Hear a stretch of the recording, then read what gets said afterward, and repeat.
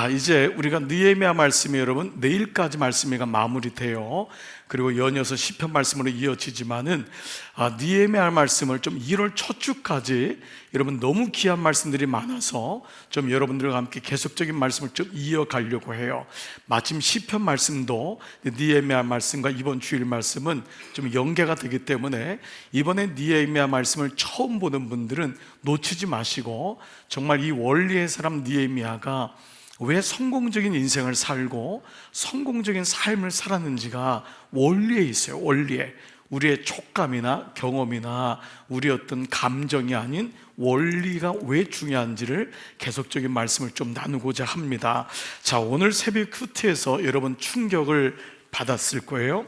왜냐하면 서약이 깨졌어요. 여러분 언제 서약했죠? 지난 주일날 했잖아요. 주일날 그렇게 4가지의 서약을 굳게 하고, 근데 여러분 일주일도 안 돼서 오늘 여러분 새벽에 서약이 깨졌어요. 그러니까 말씀 묵상하는 사람은 이게 마음으로 와야 돼요. 그냥 맹숭맹숭하게 가는 게 아니라 말씀 묵상하는 특징이 뭐냐 하면 그 말씀에 자기의 삶을 집어넣을 줄 알거든요. 감정이입이 되고, 야, 이렇게 정말 주님을 위해서 우리 자녀들 절대 이방인하고 결혼시키지 않겠다 했는데 그게 깨져요. 안식일 지키겠다고 했는데 안식일에 나가서 딴짓해요. 11조 첫 열매 내겠다고 했더니만 딴 데다가 엄하게 다 냅니다. 그리고 4번째 주님의 교회를 지키겠다, 그 마음을 다하여 성전의 필요를 채우겠다 했지만 그들은 또다시 자기 집을 짓는 일로 돌아갑니다. 너무 안타까운 거예요. 느헤미야가 오늘 새벽에 우리 한 목사님이랑 큐티를 했지만 그게 1년이든 어떤 학자는 2년이든 집을 비운 사이에 이런 일이 일어났어요. 그래서 여러분 먼저 적용이 될 거예요. 영적 지도자, 영적 아비와 어미가 정신을 딴 데 돌리면 안 돼요. 그러니까 참 이게 중요한 거예요. 그러나 여러분 언제까지 느헤미야가 같이 있을 수는 없잖아요. 그러니까 이 백성이 이렇게 약한 거예요. 느헤미야가 있을 땐 그렇게 서약을 하더니만 2년 동안 자리에 없으니까 그새 딴 길로 가는 거예요. 물론 여러분 우리가 사람이 이 느헤미야가 중요하지만 정말 중요한 것은 지도자가 있든 없든 그 사람이 보든 안 보든 그게 정말 내 것이 되어서 말씀을 전할 수 있는, 그래서 여러분 여기 나이 드신 모든 분들은 여러분 정말 주님 자녀들이 세워질 때까지는 가실 생각하지 마세요. 정말 세워지는 꼴을 봐야 돼. 정말 주님이 세워지는 걸 보고 안심하고 가셔야지. 여러분의 기도가 없으면 느헤미야가 2년만 없어도 이 꼴이 되는 거예요. 그러니까 여러분 느헤미야를 탓하기 전에 우리가 이렇게 약한 존재구나. 그리고 느헤미야도 돌아와서 정신이 번쩍 들은 거예요. 야, 1년 없고 2년 없더니 어떻게 이럴 수가 있냔 말. 그러니까 영적 아비와 어미가 이렇게 중요한 거예요. 교회는 청년도 중요하고 청장년도 중요하고 젊은 사람도 중요해요. 그러나 무엇보다 교회를 믿음으로 지키고 기도의 자리를 지키는 정말 영적 아비와 어미가 중요한 줄 믿습니다. 그러니까 여러분 끝까지 부모 세대가 잘 믿음으로 가고 그 믿음의 바톤을 자녀들이 이어가야 돼요. 여러분 오래 사는 거 목적 갖지 마시고, 오래 사는 게 뭘 그렇게 좋아요. 오래 사는 게 중요한 것이 아니라 그 기간 속에서 구원의 계보가 단단하게 이루어지는 그런 소원이 일어나기를 축복합니다. 이게 오늘 느헤미야가 다시 이 마음을 갖는 거예요. 자, 그래서 어떤 일이 일어났어요? 오늘 묵상한 거 보세요. 13장 4절 5절 다 같이 시작. 이 일이 있기 전이다. 우리 하나님 성전의 방들을 맡고 있는 엘리야십 제사장은 도비야와 가까이 지내는 사이이다. 자, 여기 보세요. 누구요? 엘리야십. 이름도 별로 안 좋아. 엘리야십 제사장은 도비야. 이 사람하고 이 사람 이 보세요. 이 제사장인데 지금 도비야는 우리가 지지난주로 배웠잖아요. 여러분 개는 지져도 기차는 간다. 그렇죠? 거기서 기차를 못 가게 하는 영적 존재가 이 바로 산발락과 도비야라고 했잖아요. 이거는 개인적으로 술 친구, 뭐 담배 친구, 도박 친구 그 차원이 아니에요. 그 뒤에 깔려있는 영적인 존재를 느헤미야는 알았잖아요. 절대 그 인간하고 가까이 가면 안 된다. 사람을 미워하는 것이 아니라 왜 그걸 못 보냔 말이에요. 그 뒤에서 너를 무너뜨리는 영적 존재가 그 사람을 통해 들어오는 거 왜 못 보냐면, 어느 아내가 여보 그 사람하고 만나면 안 돼, 이 얘기 정신 차려야 돼요, 들어야 돼요. 부모가 너 그 사람이랑 그런 친구하면 안 된다, 그 얘기는 그냥 얘기하는 게 아니라고요. 그 사람이 미운 게 아니라 그 뒤에 마귀가 진치고 있는 영적인 존재 싸움을 느헤미야는 간파했잖아요. 그래서 산발락과 도비야 조심해야 된다, 그 사람이 우리나라를 무너뜨린다 했는데 그새 제사장 엘리야십이 이 사람이랑 가까이 지내요. 여러분, 이거는 이제 내일 말씀 여러분 묵상하면 더 기가 막힌 일이 일어나요. 여러분 기절할지 몰라요. 내일 새벽 묵상 놓치지 마세요. 어떤 일이 일어나는지 보세요, 여러분. 그런데 그가 도비야에게 큰 방 하나를 내주었다. 오늘 새벽에 묵상했잖아요. 말도 안 되잖아요. 이런 원수 같은 자한테 성전의 문을, 방을 준 거예요. 성전에. 그것도 뭐예요? 11조를 거두는 창고를, 우리말로 하면 중보기도실에 여러분 뭐예요? 하나님을 대적하는 자를 들어가게 준 거예요. 담임 목사님 실에 이방 신천지 교주가 와서 앉아 있는 거예요. 여러분 이게 상상해 가세요? 이렇게 상상하면 정확한 거예요. 이걸 정말 그렇게 해야지만 이게 명확하게 들어온다고요. 여러분 제 방에 여러분이 만약 이단을 섬기는 사람이 와가지고 스님이 와서 목탁치고 앉아있다면, 웃지만 여러분 기가 막힌 거 아니에요? 지금 이거예요. 지금 이거 도비야가 이런 자인데 뭐예요? 엘리야십 제사장이 11조를 모으는 방에다가 거기다가 이 인간을 데리고 들어간 거예요. 교회가 어떻게 됐겠습니까, 여러분? 어떤 영향력이 있겠어요? 무슨 예배의 능력이 있겠어요? 그러니까 이 같은 일이 지금 일어났어요. 그런데 어떻게 이 일이 일어났죠? 바로 말씀을 무시했어요. 그 말씀이 31장 13장 1절에 이제 나와 있잖아요. 자, 먼저 한번 읽어볼게요. 그날 시작. 그날 백성에게 모세의 책을 읽어주었는데 거기에서 그들은 다음과 같이 적혀 있는 자, 것을, 하나님 말씀에 뭐가 적혀 있는 걸 발견했죠? 그 다음 시작. 암몬 사람과 모압 사람은 영원히 하나님의 총회에 참석하지 못한다. 그러니까 지금 보세요. 엘리야십 제사장이 도비야를 방에다가 들여놓은 거는 4절이란 말이에요. 5절. 그러면 이 일이 있기 전에 이미 하나님이 이 백성에게 이 말씀을 줬어요, 안 줬어요? 좋다고요. 하나님 말씀에 암몬과 모압 자손은 영원히 하나님 총회에 참석하지 못한다, 이거 민수기 말씀에 나왔잖아요. 이 말씀을 읽은 거예요. 이 말씀을 준 거예요. 근데 도비야는 누구 출신이죠? 암몬이란 말이에요. 하나님이 분명히 이 사람은 안 된다, 이 사람을 미워하는 것이 아니라 이 사람들이 지은 죄가 어떤지를, 이 사람들의 영적인 영향력이 얼마나 교회를 무너뜨리고 우리 자녀들을, 우리의 배우자를 무너뜨리는지를 이미 말씀했는데도 불구하고 이 사람들은 말씀을 무시합니다. 말씀을 경홀히 여기는 대가가 이렇게 큰 거예요. 그래서 이게 이제는 말씀을 무시했는데 이 느헤미야가 이제는 이걸 다시 잡아요. 그래서 느헤미야의 버전으로 하면 뭐냐 하면 바로 원리라는 거예요. 말씀은 뭐예요? 원리거든요. 그 말씀 자체가 원리라는 거예요. 그 말씀은 내가 믿고 싶어서 믿고 안 믿고 싶어서 안 믿는 게 아닙니다. 그 말씀은 원리예요. 왜 하나님을 경외하라고 해요? 그 말씀은 원리이기 때문에. 경외하는 것이 왜 지식의 근본이에요? 그게 원리이기 때문에. 왜 네 가지 서약을 세우지요? 그게 이해돼 가지고 하는 것이 아니라 원리임을 느헤미야는 알았던 거예요. 자, 비행기가 계속 말씀드리잖아요. 뜨는 거를 우리의 머리로는 절대 이해가 안 돼요. 제가 밤새도록 설명해도 나도 설명이 이해가 안 되는 걸 설명하고 여러분들은 모르는 거를 그냥 듣는 거예요. 근데 이 비행기가 뜨는 거는 양력 때문에 뜬다 그랬잖아요. 그 원리 때문에. 그 중력보다, 밑에서 끌어당기는 것보다 위에서 끌어당기는 리프트 파워, 양력이 0.0001%만 커지면은 비행기는 뜬다는 거예요. 예, 자동차가 앞으로 달리는 거는요, 뒤에서 당기는 힘보다도 앞으로 가는 추진력이 세기 때문에 자동차는 간다는 거예요. 그게 원리거든요. 그러니까 성경은 우리의 이해를 구하지 않아요. 하나님의 원리를 최대한 사건을 통해 말씀하는데 이 말씀이 우리가 이해되기 때문에 아멘이 아니에요. 말씀이기 때문에 아멘인 줄 믿습니다. 부모 말씀이, 여러분 아이가 이거 뜨거운 거 대면 안 된다, 아무리 설명했어요. 뜨거우면 돼, 뜨거우면 돼, 이건 원리거든요. 뜨거운 건 붙자면 되는 거예요. 근데 이 아이는 이게 이해가 안 되는 거예요. 그래서 어떻게 하죠? 뒤어봐야지 하는 거예요. 뒤어봐야지. 자전거 다닐 때는 얘야 요렇게 달리, 이 원리야. 그런데 이 아이가 이 원리를 무시하는 거예요. 뭐죠? 자동차 사고가 나야지만이 아는 거예요. 이건 어리석은 겁니다. 엄마가 이건 만지지 말라고 계속 얘기할 때는 분명히 뭔가가 있구나 하는 애가 지혜로운 거예요. 그 다음에 크고 보니까 엄마 말이 맞네. 근데 이거를 온 몸으로 체득해야지만 깨닫는다면 여러분, 우리 몸은 나만 알 수가 없어요. 정말 온 몸이 다 상처가, 나방이 이 불에 들어가면 죽는 게 원리다. 이게 뜨거우면 타기 때문에. 그런데 그래, 죽어봐야지. 그래서 뛰어든다면 여러분, 이 나방은 정말 어리석지 않습니까? 하나님 말씀에는 수천 년 동안 이 말씀의 인류 역사상으로 그 말씀의 원리를 계속적으로 주고 있는 거예요. 근데 이 성령께서 함께 하시면 지혜가 생기기 때문에 이 원리가 믿어지고 이 원리가 깨달아지는 거예요. 아멘. 그 정말 하나님의 은혜가 필요해요. 수문학 광장에 모여서 그 성령의 충만함을 받으니까 말씀이 믿어지는 거예요.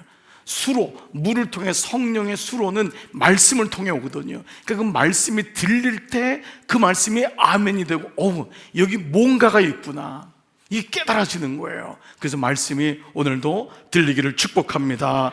다른 말로 하면 핵심 가치입니다. 느헤미야는 핵심 가치, 원리를 놓치지 않고 있는 거예요. 뭐라고 하죠? 우리가 말씀을 놓치고 살았다. 다른 것이 우리 안에 들어와서 원리가 되었다. 다른 것이 우리 안에 들어와서 가치가 되었다. 세상의 가치가 들어오니까 하나님은 보이지도 않죠.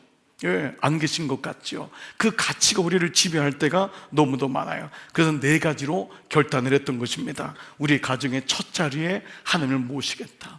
이게 중요한 원리거든요. 이것도 안 그런 걸, 다른 자리를 다른 사람으로 해보자. 그래 믿지 않는 이 며느리 한번 데려와서 어떻게 되는지 보자. 그래, 믿지 않는 사회를 들어서, 이거 여러분 어리석은 거잖아요. 이거 어떻게 되는지 보자. 이것처럼 여러분 무모하고 어찌 보면 하나님의 반역하는 게 어디 있어요? 그렇잖아요. 하나님의 원리가 뭐예요? 가정의 첫 자리에 나를 두어야 된다.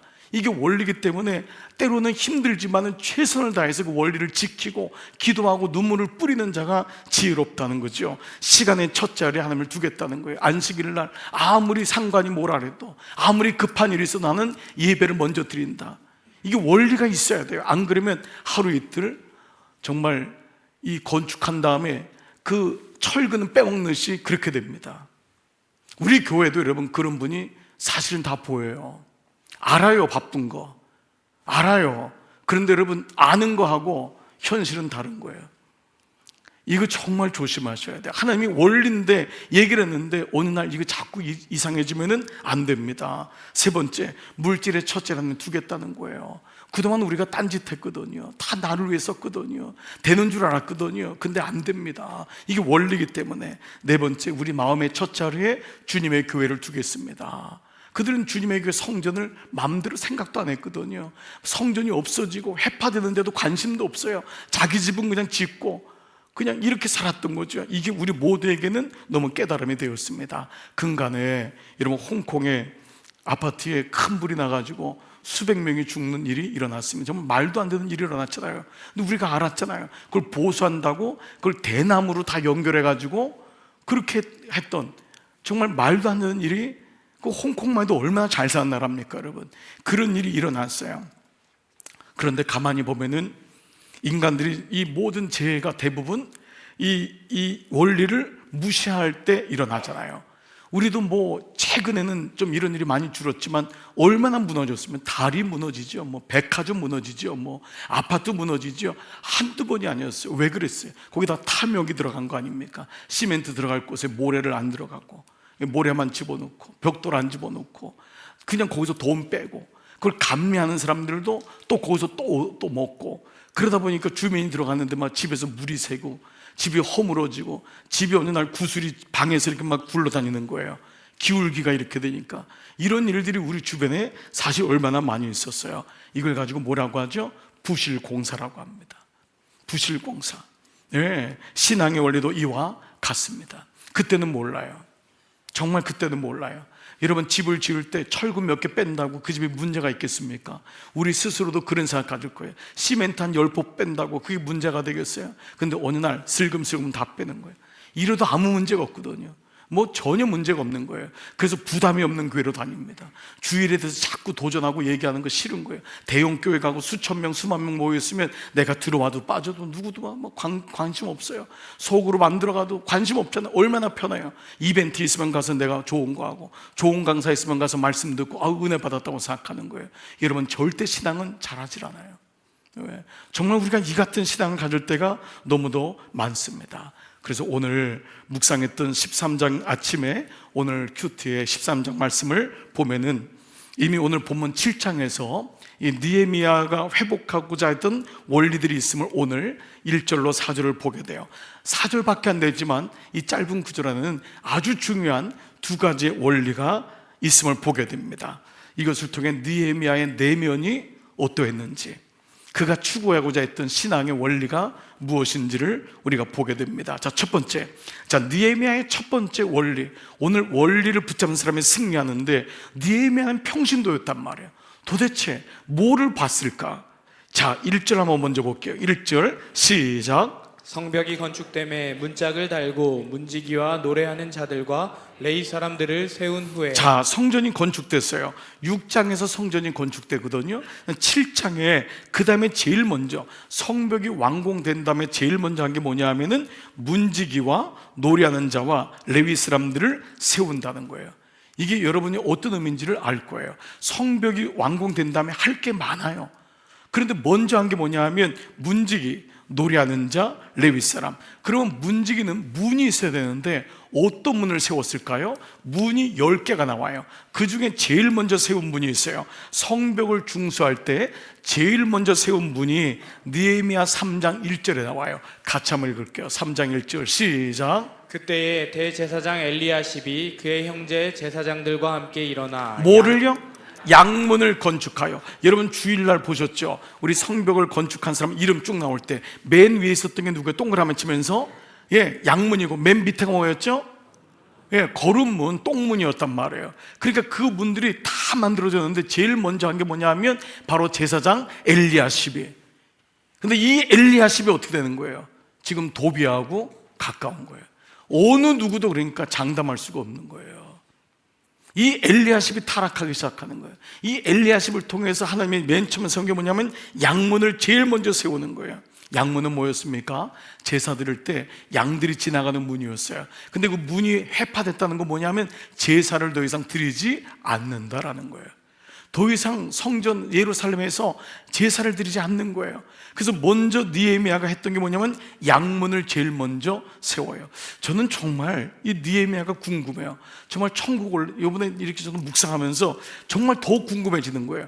아내하고 이렇게 길을 걷다가 묵상하는 걸 얘기하다가 정말 느헤미야 궁금하다. 이 사람은 제사장도 아닌데 어떻게 이런 원리를 알고 있었냔 말이에요.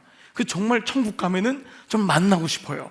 느헤미야가 어떻게 생겼는지, 어떤 사람인지, 당신은 어떻게 이런 탁월한 생각을 할 수 있냔 말이에요. 이 사람은 정치인이란 말이에요.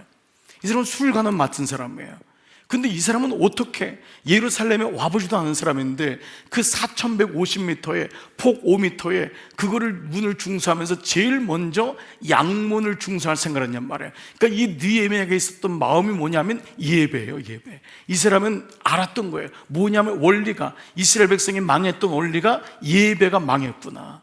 여러분 시험 드는 거 보세요. 그 사람은 시험 드는 건요 외부의 공격이 많아서가 아니에요. 시험이 없었던 적은 한 번도 없어요. 그건 뭐냐면 예배가 약해지면은 시험이 똑같아도 무너지는 거예요. 시험이 없는 때가 어디 있어요? 믿음 생활할 때. 근데 그 시험이 왜 그때는 별 문제가 없었는데 지금 나에게 문제가 되냔 말이에요. 지금 나에게 예배의 은혜가 약해지면은 시험은 크게 보이는 거예요. 그렇기 때문에 이 느헤미야는 시험이, 이 양문이 예배가 너무도 중요한 줄 알아요. 자, 지난 주일날 읽었던 대목 중에 하나가 오늘 3절에 나와요. 3절 내가 한번 읽을게요. 시작. 내가 그들에게 이르기를 해가 높이 뜨기 전에는 예루살렘 성문을 열지 말고 아직 파수할 때에 곧 문을 닫고 빗장을 지르며. 자, 여러분 이것 좀 이상하다고 여러분 주일날 말씀 나눴던 거 여러분 기억하실 거예요. 여러분 이거 일반적인 생각은 아니죠. 성문은 빨리 열어야 되잖아요. 빨리 열어야지 일찍 일하러 나가고, 그렇죠. 그리고 늦게 닫아야 돼요. 그래서 바깥에서 일을 많이 하고 그래야지만 경제가 돌아가요. 이게 느헤미야가 바보가 아닌 이상 이렇게 할 리가 없단 말이야. 성문은 새벽 일찍 열어야 돼요. 그래서 일하는 사람들을 내보내고 장사하는 사람들이 들어오려면 빨리 성문이 일찍 열어야 돼요. 그리고 최대한 늦게 닫아야지만 오가는 사람들도 마음대로 일한 다음에 늦게 돌아와요. 이게 경제 원리라고 해요. 우리나라가 24시간 일하게 하는 이유가 뭡니까, 여러분? 그래서 돈이 돌라는 거 아닙니까? 그래서 이만큼 부자가 됐지만, 그런데 이 원리를 보면은요, 너무 놀라운 원리가 있어요. 그 경제적인 원리보다 사람을 정말 살게 하는 원리 뭐냐 하면, 정말 오늘 말씀드릴 부분인데, 자, 이 부분에서 왜 열심히 해야 되는데 이것을 문을 닫았냐, 이것을 푸는 키가 뭐라 그랬죠? 단어가요? 이번 수요일에도 최 목사님이 이 말씀을 또 한 번 해주셨어요. 뭐라 그랬죠? 상번제, 이거예요. 상번제. 항상 번제라 그랬죠. 상번제. 이 상번제는 이스라엘 백성에게 하나님이 너희는 아무리 바빠도 오전에 번제 드려야 된다. 아무리 힘들어도 저녁 때 번제 드려야 된다. 그러니까 아침 저녁으로 번제가 있었던 거예요. 그러니까 사실 이 번제를 통해서 24시간 제단의 불이 꺼지지 않는 첫 번째 불이 번제, 이 상번제 예배를 오전에 드리고 저녁이 되기 전에, 밤이 되기 전에 두 번째 저녁 번제를 드리겠던 거예요. 자, 민수기 28장 3절 4절 보면은 같이 읽을게요. 또 시작. 또 그들에게 이르라 너희가 여호와께 드릴 화제는 이러하니, 이게 번제입니다. 화제 불러드리는 거니까요. 1년 되고 흠없는 순양을 매일 2마리씩 상번제로 드리되, 2마리씩을 상번제로 드리되 어린 양 1마리는 아침에 드리고, 그리고 어린 양 1마리는 해 질 때 드리라는 거예요. 자, 이 말은 뭐를 의미한다고 했습니까? 번제 드리고 나가라는 거예요. 번제 드리고. 바쁜 거는 너가 바쁜 거라는 거예요. 네가 바쁘게 만들었지 않았냔 말이에요. 먼저 할 게 있다는 거예요. 먼저 번제 드리고 나가고, 그리고 번제 드리기 전에 들어오라는 거예요. 그러니까 예배로 시작하고 예매로 마무리하라는 거예요. 정말 이게 보면은 정말 원리입니다. 여러분, 우리는 그런 얘기 많이 하잖아요. 쉬지 않고 나무를 찍는 사람과 그다음 1시간 한 다음에 쉰 다음에 나무를 찍는 사람이 누가 가장 더 많이 나무를 찍었을까? 당연히 쉼을 가진 사람입니다. 이게 참 놀랍죠. 그러니까 결국은 쉬지 않고 했을 때 그 결과가 어떤지를 느헤미야는 알고 있었던 거예요. 가나안 땅에 들어가자마자 이스라엘 백성은 예배가 사라졌어요. 왜냐하면 가나안 백성들이 너무 열심히 살거든요. 막 집을 짓고 막 밭을 일구는데 정신없는 거예요. 근데 자기들은 토요일 날부터 저녁부터 아무것도 안 해야 되거든. 그래서 일하러 나무하러 가다가요 맞아 죽어요. 율법적으로 하면 나무하러 가다가 민수기에 출애굽 죽잖아요. 하면 죽이라고 하거든요. 그게 이해가 안 되는 거예요. 아니, 저 가나안 백성들은 저렇게 쉬지 않고 일하는데 우리는 왜 토요일 저녁부터, 금요일 안식일로 하면 금요일 저녁부터 토요일 하루를 다 안 쉬냔 말이에요. 그것도 걷는 것도 율법적으로 뭐 걷거나 금전관계하거나 이거 다 걸리는 거거든요. 노동이라고 생각했던 거예요. 그 성경에 그대로 나와 있잖아요. 그러니까 이거 하면 안 된다는 게 뭐죠? 이론적으로 뭐죠? 이거 바보 같은 짓인 거예요. 그래서 그들은 뭐죠? 주일 안식일을 폐쇄한 거예요. 안식년 어떻게 1년 동안 땅을 쉬지 않게 하냔 말이에요. 이 땅은 무조건 부려야지. 그걸 하나님의 그 원리를 깨닫지 못한 거예요. 땅은 그러면은 산소화가 돼서 정말 죽습니다. 땅은 쉬게 된단 말이에요. 근데 그거를 다 잊어버리고 인간의 욕망이 끌고 가는 거예요. 그래서 느헤미야가 뭐라 그래요? 절대로 예배 드리기 전에는 성문 열지 말아라. 예배 드리기 전에 들어오라는 거예요. 가장들이 밤 10시, 11시까지 일하는 게 좋은 게 아닙니다. 그게 아무리 바빠도 좋은 게 아니에요. 아내하고 대화도 사라지고 아이들 얼굴도 못 보고 집에 뭔 일 있는지도 모르고 새벽에 또 나가요. 여러분, 그거 한 1년 몇 개월만 해보십시오. 여러분, 가정은 뒤로 가고 정말 시험 들기에 딱 좋습니다. 정말 약한 거예요. 무너지는 거예요. 그 영적인 것이 집에서 해소가 안 되면은 거기서 집에서 안식이 되고 아내하고 남편하고 얘기도 하고 아이들과도 대화도 하고 예배를 드리면 말씀 묵상도 하고 이게 돼야 되는데, 그냥 우리들 집은 집 사기 전까지는 어쩔 수 없다. 아빠가 지금 승진해야 된다. 이걸로 묶어뒀을 때 여러분, 거기서부터 오는 말씀의 원리를 깨닫지 못할 때 느헤미야는 이게 멸망의, 이게 무너짐의 징조라는 것을 알았던 거예요. 사랑하는 여러분, 이게 바로 뭐죠? 바로 예배의 원리. 예배의 원리인 거예요. 느헤미야는 예배의 원리를 명확히 알았던 거예요. 이 예배의 원리가 우리를 살린다는 거예요. 주일 예배, 보세요. 첫 자리 물질, 11조, 첫 자리, 주님의 교회를 첫 마음, 이게 뭐예요? 예배 원리입니다. 첫 자리에 하나님을 올려드리는 거예요. 그 말씀이 들어가는 거예요. 근데 그게 더디 가는 것 같지만 그것이 승리하는 줄 믿습니다. 여러분, 더디 가는 것 같지만 더디 가지 않나요? 빨리 간다고 되는 게 아니에요. 저도 목회 35년 하면서요, 빨리 간 분들 참 많이 만났어요. 그런데 아니더라고요. 더디 가는 것 같은데 하나님의 원리를 귀하게 여기고 그 원리대로 걷는 분이 나중에 보면요, 건강해요, 행복해요, 참 보면요, 유종의 미를 거둬요. 그렇기 때문에 이 말씀의 원리는 절대 무시하면 안 됩니다. 나라도 마찬가지입니다. 우리나라가 이만큼 왔지만 왜 뒤에는 계속 리스크가 있습니까? 왜 다들 위험하다고 얘기합니까? 쉬지를 않거든요. 쉬지를 않는 거예요. 이만큼 열심히 일했지만은 우리나라가 정말 쉬지 않고 이게 굉장히 위험하다고 하는 것을 얘기하는 거예요. 남들이 100년 할 거를 우리나라가 20년 만에 했다고 하지 않습니까? 역시 대한민국은 빨라. 이게 좋은 것만은 아닙니다. 빨리 가면은 빨리 무너질 확률이 높기 때문에 그만큼 정말 우리가 긴장해야 되는 이유가 여기 있습니다. 여러분, 영국을 보십시오. 영국이 정말 바바리안들입니다. 영국은 정말 못 살았던 나라입니다. 옛날 영화를 보시면 영국이라는 나라는 정말 위에 노르웨이부터 바이킹 족속의 후예들 아닙니까? 그렇게 못 살았던 나라가 언제부터 가난으로부터 벗어나고 정말 해가 지지 않는 나라가 되었냐? 놀랍게도 16세기 후반에 제임스 왕이라고 하는 이 왕이 성경을 번역합니다. 자국어로. 그거를 공인해요. 성경 말씀은 라틴어로만 되어 있었거든요. 이거를 백성들이 성경을 읽어야 되겠다 해서 번역한 게 킹 제임스라고 합니다. 제임스 대왕, 킹 제임스 버전. 이게 바로 흠정역입니다.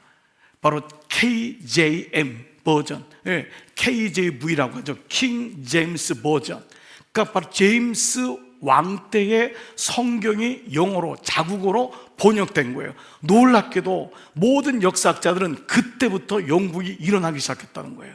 말씀의 원리를 가지고 말씀들을 읽어나가면서 그때 비로소 영국이 말씀 위에 서기 시작했어요. 엘리자베스 1세 여왕 때 성경을 공식적으로 반포합니다. 이 성경이 우리나라와 모든 정치와 학교의 원리입니다. 이것이 엘리자베스 1세 때입니다. 그래서 그의 후임인 빅토리아 여왕 때 해가 지지 않는 나라가 되죠. 그때 빅토리아 여왕에 물어보는 거예요. 어떻게 영국이 이런 나라가 되었습니까? 했을 때 빅토리아 여왕은 여기 대해서 딱 한마디 했습니다. 하나님 말씀 때문입니다. 성경 때문입니다. 하나님 말씀이 들어오면서 원리가 작동하니까 그 나라가 움직이는 것입니다. 그러나 그 원리를 무시했을 때 영국이 지금처럼 아픔을 또 겪고 있는 거예요. 그런데 독일도 보십시오. 독일이 그렇게 가난했던 독일 나라, 그 나라가 동시대인 16세기 후반에 1500년대 마틴 루터에 의해서 종교개혁이 일어나잖아요. 마틴 루터가 했던 게 뭡니까 여러분? 성경을, 로마서를, 시편을 독일어로 바꾸는 거였어요. 그 말씀이 퍼지면서 독일에 놀라운 종교개혁이 일어나면서 하나님이 가난으로부터 벗어나게 하는 놀라운 일이 일어났어요. 가난했던 유럽이 놀랍게도 부흥이 일어나기 시작합니다. 종교개혁이 일어났던 마틴 루터, 쭈빙글린, 존 칼빈, 존 낙스, 요한 웨슬리, 이 모든 사람들이 놀랍게도 복음이 들어가고 원리가 제시됐을 때 유럽이 오늘의 지금의 유럽이 된 거예요. 유럽이 어느 날 갑자기 된 게 아닙니다. 말씀의 원리가 들어갔을 때입니다. 근데 이 유럽이 그대로 미국으로 건너갔잖아요. 그래서 미국이 그 사람들 청교도 운동으로 인해서 미국이 처음부터 그렇게 가난했던 나라, 인디언밖에 없었던 나라가 지금은 세계를 지배하는 가장 강력한 국가가 된 이유가 뭐냐면 이 말씀 때문이었어요. 오죽하면은 미국의 모든 지폐 1달러, 5달러, 10달러, 20달러, 100달러 모든 지폐는 뭐예요? In God we trust. 우리는 하나님을 믿습니다. 어느 지폐에 이런 단어가 있습니까 여러분? 이 지폐에 우리는 하나님을 믿습니다. 이 지폐를 지폐공사에서 국회에서 이걸 공인해가지고 찍은 거 아니에요. 여러분, 우리나라에 만약 이거 찍으면 가능해 나겠습니까? 근데 그런 나라에 하나님이 복음을 주셨어요. 그러면서 미국이 그렇게 복음으로 인해서 온 세계에 선교사를 제일 많이 보내는 나라가 되었지만 미국이 기점으로 보면 꺾이는 기점이 1963년 케네디 대통령 때입니다. 케네디 대통령이 공립학교 공무원 여기서 성경 읽는 것, 가르치는 것, 반포하는 것 다 금지시킵니다. 이 사람이 제정신이 아닌 거예요. 그렇게 내려왔던 그 청교도 나라의 청교도 나라의 그 스피릿을 지워버리려고 했던 거예요. 그렇게 잘생긴 사람, 그래서 백성들이 그렇게 환호했던 사람, 그를 통해서 여러분 너무도 기가 막힌 일이 일어나잖아요. 놀랍게도 미국이 급속도로 진보화가 되고 무너지기 시작, 세속화가 이루어져요. 대학가에는 성행위가 무슨 문제가 있냐 했던 히피족들이 등장하고 1960년대 가장 높은 이혼율을 기록하게 되고 1973년도에 낙태가 공식적으로 합법화가 됩니다. 그리고 모든 나라에서 동성결혼을 제일 먼저 그냥 유럽과 함께 퍼뜨리는 나라가 되었고, 지금은 말도 못합니다. 정말 말도 못합니다. 이게 급속하게 이루어지는 거예요. 보세요, 하나님을 첫째에서 밀어낸 결과는 너무도 비참한 겁니다.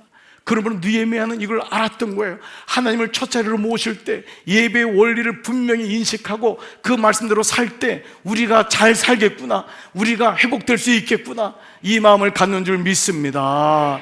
그래서 여러분 사무엘상 2장 30절, 나를 존중히 여기는 자를 내가 존중히 여기고 나를 멸시하는 자를 내가 경멸하리라. 하나님 분명히 말씀하신 거예요. 사랑하는 여러분, 느헤미야의 첫 번째 원리가 있어요. 예배의 원리, 첫 자리, 첫 시간, 첫 물질, 첫 것, 이거를 놓치지 않는 거예요. 정말 그러므로 여러분 자녀들, 우리 최 목사님이 주일날, 우리 목사님들도 그런 간증 많이 하시지만 옛날엔 정말 어머니들 아버지들이요, 정말 그때는 매를 맞아도 자녀들 순종을 했기 때문에 그렇지만 때려서라도 주일 예배를 들어갔어요. 때려서라도. 그런데 지금 부모는 아이가 물론 옛날하고 다르지만 때릴 자신도 없어요. 이게 우리의 모습이라고요. 때릴 믿음도 없는 거예요. 굳이 때려가지고 교회를 데리고 가야 되다, 이런 마음이 있어요. 물론 우리가 옛날 것이 다 좋은 건 아니에요. 그렇지만 어느 순간에 원리들을 사라진 우리를 보게 되는 거예요. 너무도 풍요롭고 너무도 잘 살고 부모도 너무너무 잘하고 아이들도 너무 잘하고 하는데 어느 날 한계가 도착할 때가 많은 거예요. 물론 아이를 마음대로 할 수는 없어요. 정말 이거는 우리 모두의 마음입니다. 그러나 그럼에도 불구하고 원리를 붙잡는 거예요. 그 얘기를 끊임없이 포기하지 말고 기도해야 되는 거예요. 내가 무너지면 우리 집은 다 무너지는 거예요. 여러분 생각해 보세요. 자녀가 하나님을 멀리하는데 부모가 포기하면 그 집에는 아무 소망이 없는 거예요. 그렇기 때문에 오늘 느헤미야의 원리가, 오늘 가면 갈수록 원리는 희석이 될 거예요. 가면 갈수록 이 동성애 문제도 가면 갈수록 이제는 그 정도 가지고 뭘 하냐, 그게 무너지더라고요. 교단도 무너지더라고요. 같이 가더라고요. 정말 이러한 때 여러분 영적 원리가 다시 여러분 안에 새겨지는 여러분 모두가 되시기를 축복합니다. 두 번째 원리가 있어요. 자, 두 번째 원리는 뭘까요? 4절입니다. 4절, 그 성읍은, 시작, 그 성읍은 광대하고 그 주민은 적으며 가옥은 미처 건축하지 못하였음이니라. 자, 이게 뭐냐? 성읍은 광대한데 주민이 적다는 거예요.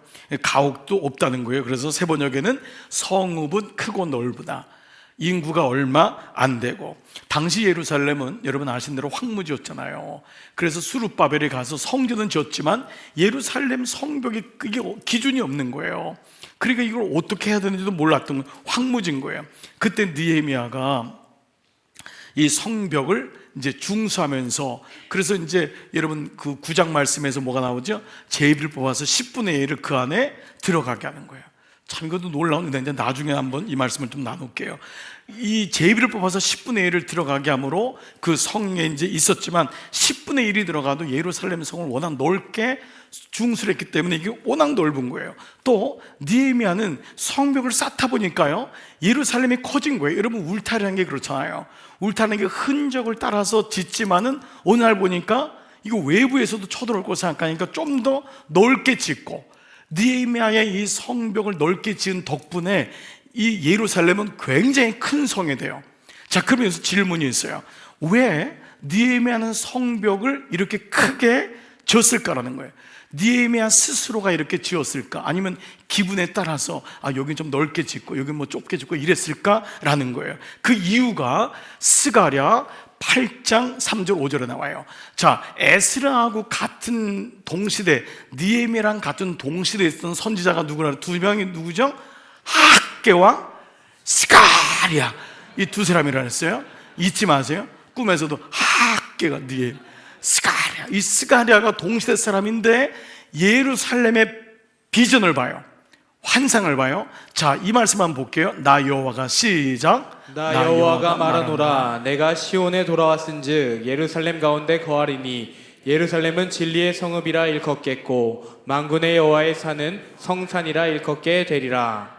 그 다음에요. 만군의 여호와가 말하노라 예루살렘 길거리에 늙은 지아비와 늙은 지어미가 다시 앉을 것이라.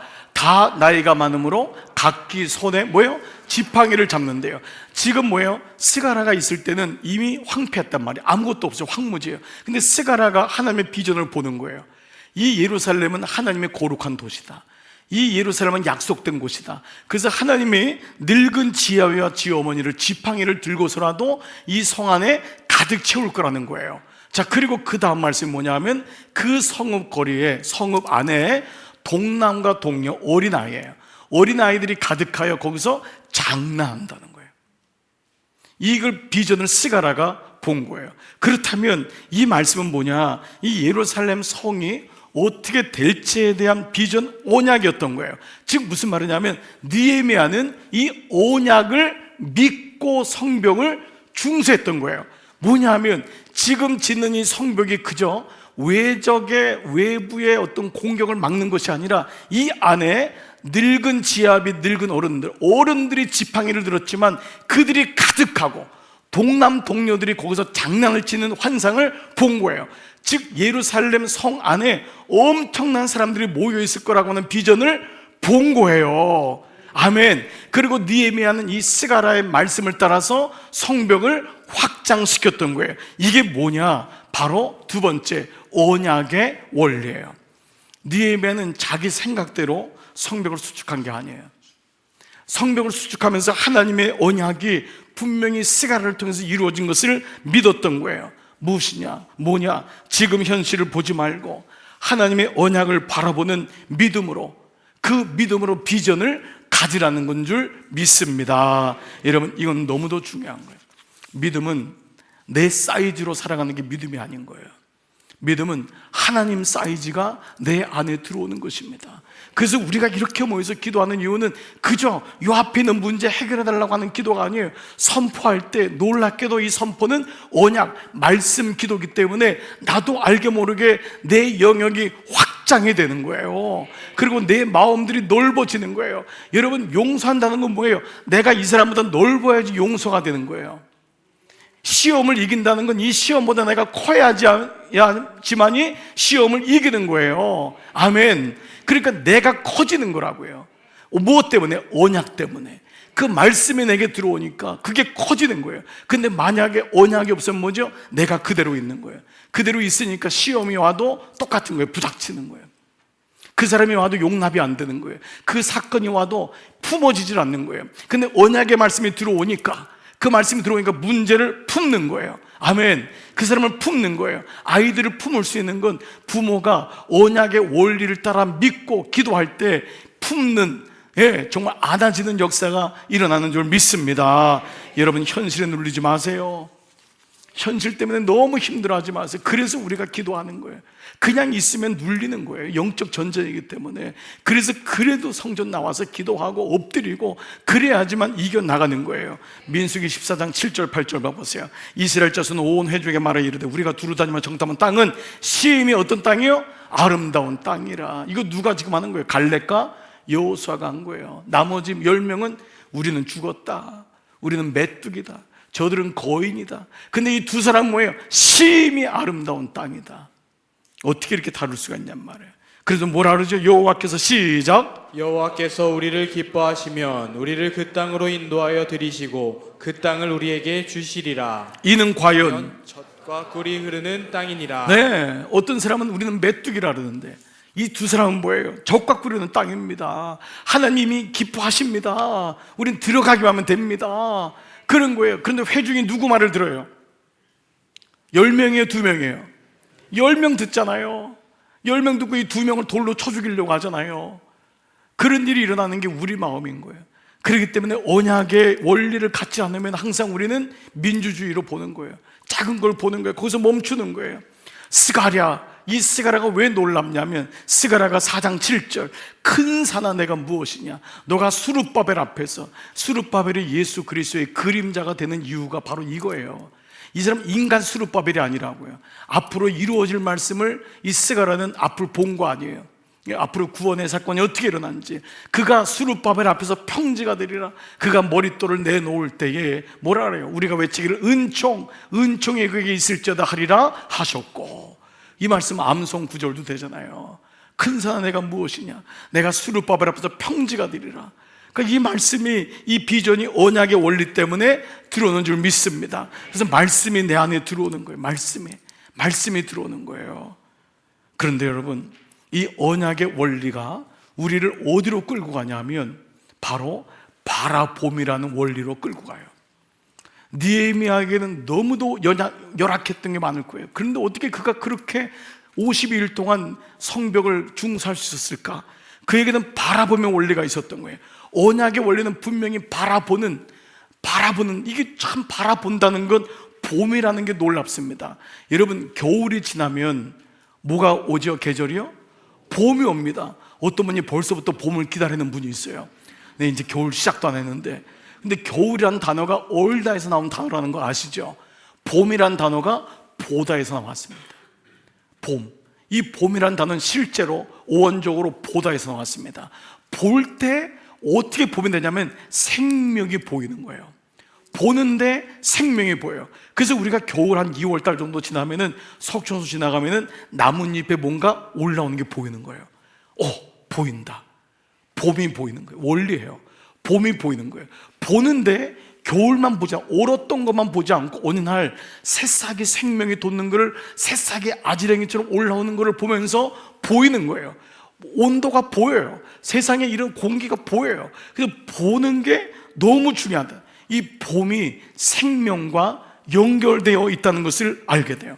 성경은 이 보는 것에 대해서 너무도 많이 얘기합니다. 다 성경을 뒤지면 다 이 얘기예요. 여러분, 믿음장이라는 게 어디죠? 히브리서 11장. 11장이 믿음장입니다. 모든 구약에 있는 믿음의 사람을 다 총동원시킨 게 히브리서 11장이에요. 그 11장의 1절이 뭐냐? 믿음은 바라는 것들, 뭐라고요? 실상이요. 이 믿음이 보는 거예요. 이 원어가 보는 것의 실상이란 말이에요. 그러니까 이 믿음은 뭐냐 하면, 자, 실상이라는 단어가 히포시스타스라는 단어인데요, 히포시스타스는 뭐냐 하면 이 물받침이에요. 이 물받침. 믿음이란 건 뭐냐 하면 이 물 받치는 거. 그래서 이 단어가 뭐냐, 아래에서 받쳐준다. 그러니까 이 보는 거는 이미 보는 거예요. 이게 있는 걸 보는 거예요. 이 받침대에 이 화분이 있는 거를 보면서 이미 이것이 이루어지는 것을 본다는 거예요. 받침대를 통해서 이것이 어떤 크기로 일어날지를 본다라고 하는 의미가 히포시스타스라는 단어 속에 있다는 거예요. 자, 다시 한번 보세요. 믿음은 바라는 것, 보는 것의 실상이나 무엇을 보는지 그것이 실제로 일어난 것이고, 보이지 않는 것들도 믿음을 통해서 이것이 분명히 이루어지는 증거가 될 거다라고 하는 거예요. 즉 믿음은 바라봄, 보는 것에 대한 시작으로 말씀하고 있습니다. 하나님이 아브라함에게 자식이 없어요. 그렇게 언약을 했는데, 근데 아브라함이 믿음이 약해질 때, 99세가 됐을 때 그가 믿음이 약할 때 뭐라 그래요? 하늘의 별을 보아라, 땅에 모래알을 세워보아라. 그 하나님이 하늘이 별을 보라는 건 뭐예요? 낮에는 볼 수 없으니까 밤에는 하늘의 별을 보고, 낮에는 별이 안 보이니까 바다에 모래알을 보라는 거예요. 하늘의 별과 같이 내가 너희의 자손들을 이렇게 만들 거다 언약한 거예요. 밤에도 밤하늘을 보고, 낮에는 별이 안 보이니까 모래알이 보이게 하고, 하나님이 계속 보라고 말씀하세요. 야곱이 삼촌 라반에게 속아가지고, 그래서 아롱진 것, 얼룩진 양이 없는데 그 당시 흰 양만 주면서 얼룩진 것과 아롱진 것을 나오면 너에게 주겠다고 하는 거, 이 말도 안 되는 거죠. 근데 물론 이거는 과학적인 건 아닐지라도 이때 야곱이 어떤 원리를 갖냐면은 그 양들을 데리고 어떻게 하죠? 울긋불긋한 버드나무와 살구나무와 신풍나무가 있는 곳에 가서 그 가지를 벗깁니다. 그리고 그것들을 보게 하는 거예요. 양들로 보게 하는 거예요. 놀랍게도 보게 했을 때 양 가운데 점박이와 울긋불긋한 것들이 나오는 것을 성경이 말씀하고 있어요. 이거는 과학을 뛰어넘는 하나님의 본다는 것이 얼마나 중요한지를 말씀하고 있어요. 언약이 내 안에 들어오면은 어떤 원리가 작동하냐면 바라보는 원리가 작동되는 거예요. 주님, 내가 무엇을 보고 있습니까? 나는 지금 기도할 때 무엇을 보고 있습니까? 이 바라봄의 원리가 믿음은 바라는 것에 실상이 되는 줄 믿습니다. 그러니까 내가 지금 뭐를 보고 있냔 말이에요. 정말 그 마음을 가지고 영적 공격이 오는 거예요. 정말 힘든 거예요. 자녀들이 뒤에 있는 그 하나님의 것을 바라보느냔 말이에요. 우리 삶의 뒤에 있는 것을 바라보냔 말이에요. 애굽에서 나와서 홍해가 앞에 오죠, 있죠. 뒤에는 바로의 군대가 따라와요. 그때 백성들이 다 죽었다고 합니다. 돌아가자고 합니다. 근데 그때 모세가 뭐라고 하는지 볼게요. 출애굽기 4장 13절, 모세가 백성에게 이르되 너희는 두려워하지 말고 가만히 있어서 여호와께서 오늘 너희를 위하여 행하시는 뭘요? 구원을 보라 그랬어요. 구원을 보라. 이 구원이라는 게 보여요? 인비지블, 보이지 않는 거예요. 근데 이 구원을 보라는 거예요. 선포하라는 거예요.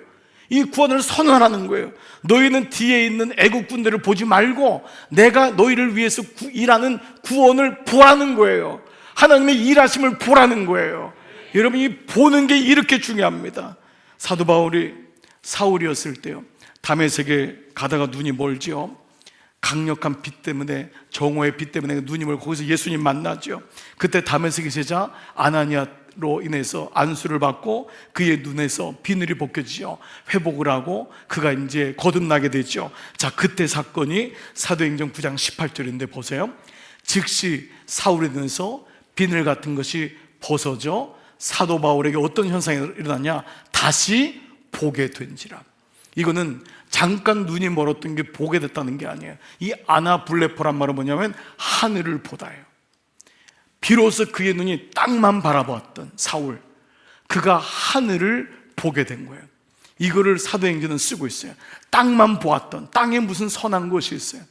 늘 경쟁하고 늘 거기서 살았던 그가, 세속적이었던 그가 하나님의 일을, 하나님을 본 거예요.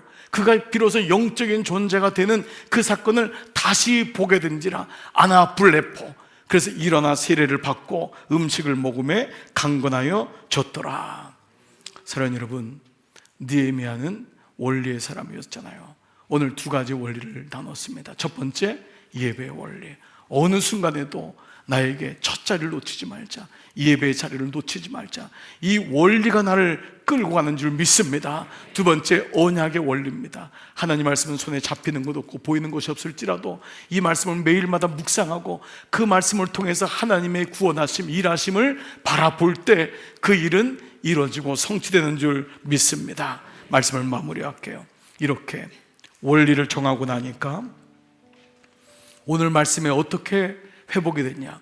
오늘 그렇게 엘리야십이 도비아를 방에다 끌어당기고, 그리고 정말 기가 막힌 일이 일어나요.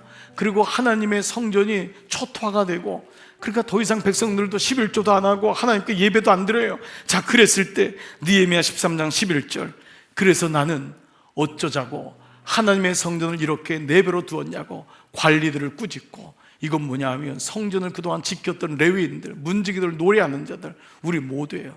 영적 아비된 자들을 꾸짖는 거예요. 그리고 레위 사람들을 불러 모아서 다시 일을 맡아보게 하였다. 다시 시작하는 거예요. 다시. 그래서 이 언약은 깨진 것 같지만 갱신하는 거예요. 언약은 다시 갱신하면 되는 거예요. 여러분, 우리가 뭐 어떤 존재라고 언약이 영원토록 가겠어요? 우리의 언약은 일주일 돼도 또 깨질 수 있어요. 오늘 안식일을 지키자고 그렇게 마음을 먹었다가도 주일날 또 다른 게 들어오면 아이고, 할 수 없지 뭐, 목구멍이 포도청인데. 그래서 따라가는 게 우리라고요. 그렇게 묵상하고자 했지만 대부분의 묵상이 안 되는 게 우리 모습이에요. 그러나 그때마다 느헤미야가 뭐예요? 언약에 재갱신하는 거예요. 다시 하면 되는 거예요. again. 그래서 가장 강력한 말이 뭐냐면 again. 다시. 여러분, 다시 하면 됩니다. 아멘. 일어나면 되는 거예요. 성령께서 이 마음을 주시는 거예요. 우리 마음에 무너졌던 가정도, 무너졌던 자녀도, 우리의 삶에도 again, 다시 하나님의 은혜로 일어나는 줄 믿습니다. 네, 교회도 마찬가지. again 일어나면 되는 거예요. 여러분의 가정도 again 일어나면 되는 줄 믿습니다.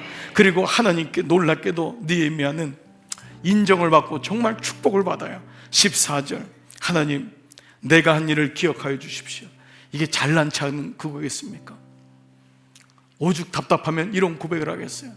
하나님, 그러나 하나님은 알고 있는 거예요. 하나님 이렇게 무너졌지만 저는 끝까지 주님을 바라보겠습니다. 언약의 말씀을 잊지 않겠습니다.